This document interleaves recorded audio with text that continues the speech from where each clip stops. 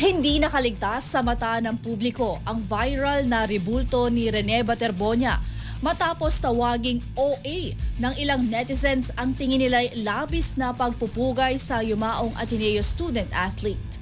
Ang ibang detalye alamin sa pag-abante ni Jonas Lavarias.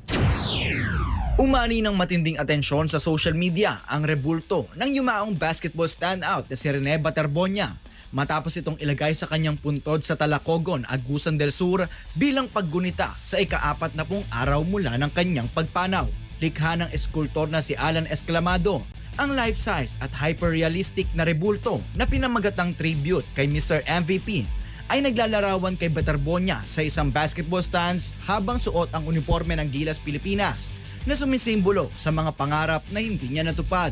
Lalo pa itong naging usap-usapan nang malamang may mga residente at taga-suporta na nagbibigay ng kanilang mga buhok at kilay upang gawing mas makatotohanan ang itsura ng rebulto. Pero sa halip na papuri, nagkaroon ng halong reaksyon mula sa mga netizens kung saang may ilang nagsasabing sobra na ang pagbibigay pugay sa palarong pambansa 2026 MVP.